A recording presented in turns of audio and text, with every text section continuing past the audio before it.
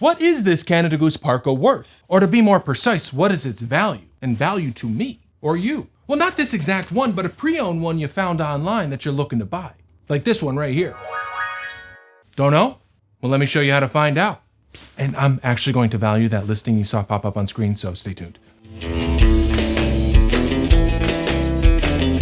Hi, I'm Lucas and welcome to Coyote Sharp in part 3 of a 3-part series covering price and value. In the first video, we covered the difference between price and value, and in the second, we delved into price and found the actual market price for a pre-owned black Langford parka.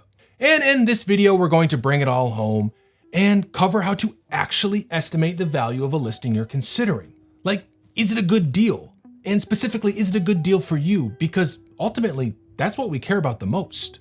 And we're going to accomplish that by first going over a list of factors/considerations that I've come up with that will help you value any piece of pre-owned clothing online.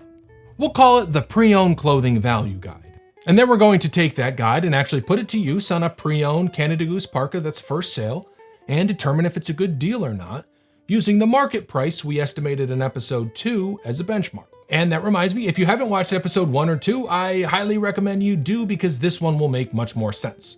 All right, so let's get into it. So the biggest trick to successfully valuing pre-owned clothes online, in my opinion, is to both know thyself and to know the listing. And by this I mean, know what you want out of the piece of clothing and the parameters under which you'd like to acquire it, and to get a full grasp of the listing. And by listing, I mean the actual digital listing itself and the piece of clothing embedded in it, because the two are kind of one in this situation. But sometimes we know little about ourselves, the listing, and the piece of clothing embedded in the listing. That's where the Pre-Owned Clothing Value Guide comes in. By going through and at least considering the different factors that are on this list, you will be much better set up to estimate the value of whatever you're looking to buy. Now, this list is fairly exhaustive, as you're about to see, so don't overwhelm yourself by trying to go through and thoroughly answer each one. That's not what it's designed to do. It's meant more to just spark your thinking than to produce some exact figure or analysis. Because developing the knowledge and skillful eye to spot value in this marketplace takes time, but hopefully this guide will make it go a little quicker. And some of these factors are more personal and will help you to get to know yourself, while others are more universal and will help you to get to know the listing and the piece of clothing within the listing. All right, so let's cover them quick and then we'll actually apply them. All right, first up, condition. Pretty self-explanatory. The better shape something's in, generally the greater the value. But going through and deciphering the condition of something can be tricky. More on that in later videos. All right, next up, fabric type. In the absence of other value indicators, i.e. a well-known brand, this is good insight. There aren't too many cheap fast fashion sweaters made with 100% mohair or camel. Construction/design. Similar to fabric type, quality construction/design is a great value indicator in the absence of others, but does take a trained eye to spot. Sentimental/emotional. Is there something special about this particular item that makes it worth more to you? Favorite shirt from high school, or maybe a particular shade of green that you're just really partial to? Intended use. Will you take particular advantage of what this piece is actually designed to do? And how often will you take advantage of what this piece is designed to do? Availability. How many are out there for purchase? Scarcity will sometimes increase value, but not always. Rabbit hole for another video. Brand prestige/reputation. Now, sometimes we find a super unique piece and there's nothing else online to compare it against, so we have to make educated guesses on factors like the brand's reputation. Uniqueness/collectability. Is there something unique or collectible about this piece? Offbeat color, pattern, unique collaboration, discontinued line. This can both increase and decrease value depending on many factors. Valuing vintage or hype clothing is a massive rabbit hole in and of itself. Break-in value.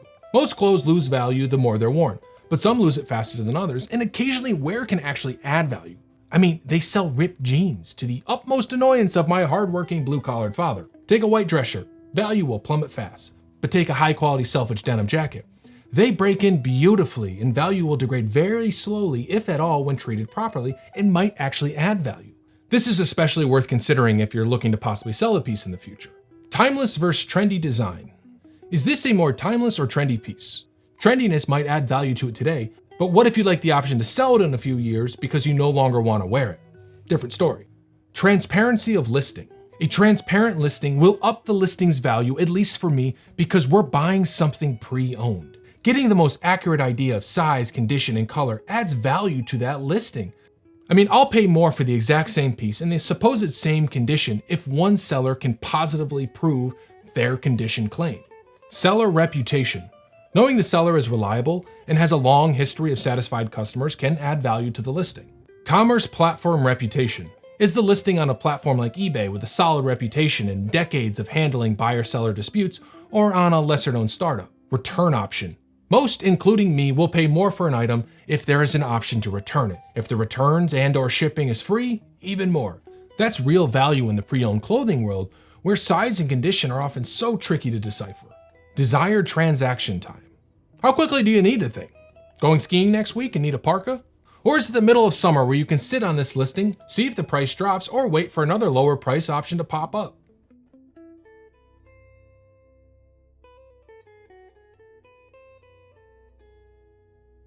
All right, now that's the long, exhaustive list. Now let's actually put it into action. So remember back to episode 2, where we estimated that a black Langford parka in excellent condition with fur will sell for on average $725. Now, theoretically, in a perfectly efficient marketplace, every parka that met that condition would sell for that. But we're not dealing with a super efficient marketplace, so this $725 will act as a benchmark to determine if it's a good deal or not, from a universal perspective, that is. And that's what we're really covering in the preceding valuation, because I'm sure none of you care how much I'd hypothetically wear a Canada Goose parka. And some of the universal considerations I'll breeze over pretty quick because they just aren't that helpful, or the amount of research it would take to see if it is of value or not is just not worth the time. All right, so let's jump in. So I picked this listing because I think it's an example of one that would often be overlooked. You see, the first picture isn't even of the parka, but the authenticity tag. I mean, I appreciate them adding it because I'm sure there's a lot of fakes of these out there, but if I was listing this piece, I would probably tuck this away towards the end. So starting off with condition, now there aren't a lot of pictures to go off here, but if we look at this front one, we see it looks pretty decent. There's a little bit of fading over here, but I think that's mostly from bad lighting. And over on this side, it looks pretty solid, pretty crisp, pretty clean.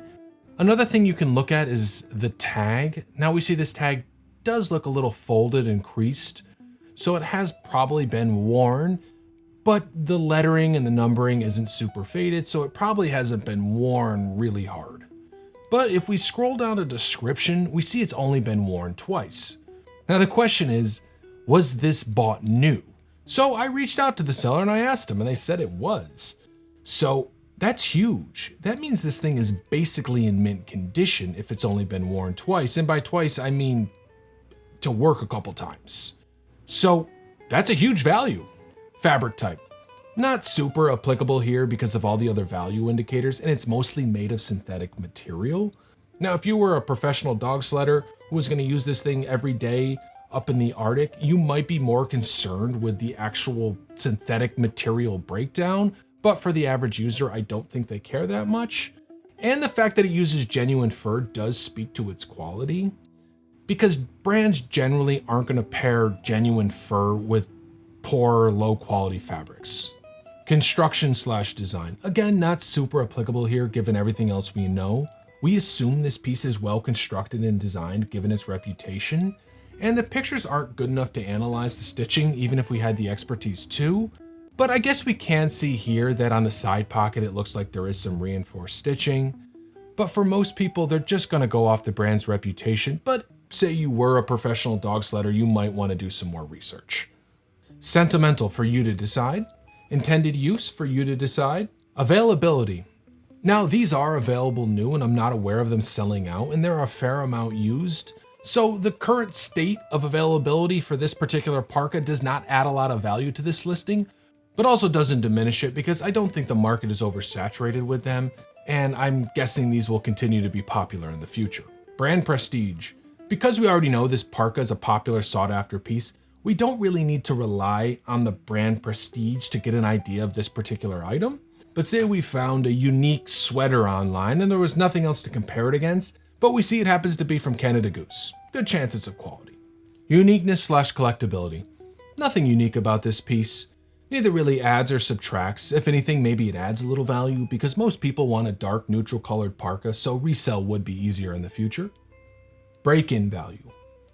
Parkas don't age the best. If you wear this thing, it's gonna lose value. Definitely consider this if you're looking to possibly resell. Timeless versus trendy design. I'd say this has a fairly timeless design. That's unless fur becomes super passe in the years to come. So definitely adds some value in my opinion. Transparency of listing. Though the pictures aren't amazing, we have a super solid idea of this thing's history. Huge value in my opinion. Seller reputation. Seller has good but not a ton of feedback, and most of the feedback seems to be for things that they bought, but I wouldn't worry about that because it's on eBay. Neither really adds or subtracts value. Commerce platform reputation. This kind of follows up on the previous consideration. This thing is on eBay, and eBay's been around for decades and has a great reputation, and through my experience, they've been really fair when there are disputes. So if there's something wildly misleading about this description, eBay will likely cover you. Now you can always ask some questions ahead of time, like I did, to get some further insight, and to also bolster your case in the event there is a dispute. Definitely add some value. Return option. No return option. Better have an idea of how these parkas fit. Slight negative. Desired transaction time. That's a personal consideration, but one thing to note, given the seller only has a couple things listed, they might not be super quick to ship. So I'm going to say this thing is a very good deal. It's well below market price and is presumably in mint condition. Remember, these things sell for over $1,600 brand new, and the seller is accepting offers, so you might be able to get it for less than $600. So yeah, if I was in the market for this exact parka, I'd buy this one. Great deal. So that's it.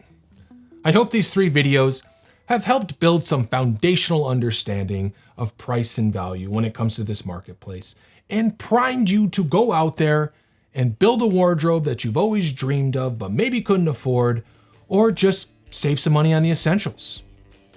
Thanks for tuning in to Coyote Sharp, and have a great day.